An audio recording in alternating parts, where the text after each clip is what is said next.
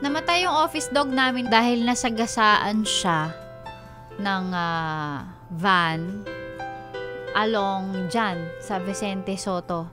Nagpapatakbo siya ng mabilis. Nakakaloka, diba?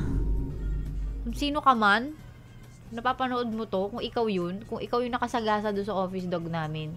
Be, kung ikaw yung driver ng van na nakasagasa sa office dog namin, si Buster.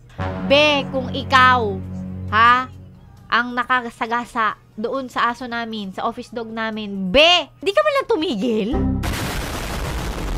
Parang nagulungan yata talaga siya. Like, talagang nasagasaan siya. Buster yung pangalan niya nung office dog namin. Lagi kasi siyang stray dog siya, tapos kumbaga parang inadapt na siya dito. So, lagi siya nandyan. Tambay siya dyan. Siya ay guard dog. Kasi nasa nandyan siya sa harap. So, we really just let him roam around dito sa area. Nagpi-perimeter, perimeter check. Ganon. So, andyan siya. Lagi lang naman siyang nandyan. And to think, hindi naman kasi national highway yung nandyan sa harap. So, kampante kami, yung mga taga dito, diba? Siyempre, kampante ka na, hindi naman mala EDSA yan, hindi naman yan mala Rojas Boulevard eh. Hindi nga siya lumalayo dyan. Lagi lang siya nandyan lang siya sa harap talaga.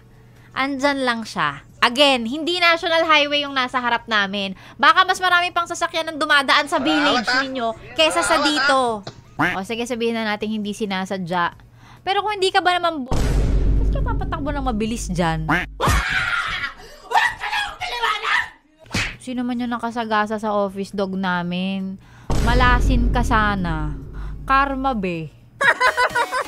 Napayes ka ba sa napanood mo, yes friend? Alam mo na ang gagawin mo, Hit like and subscribe. And click the notification bell para ma-update ka namin. Kung gusto mo, mag-comment ka pa. Hindi ka namin iisnabin. Go, yes, friend!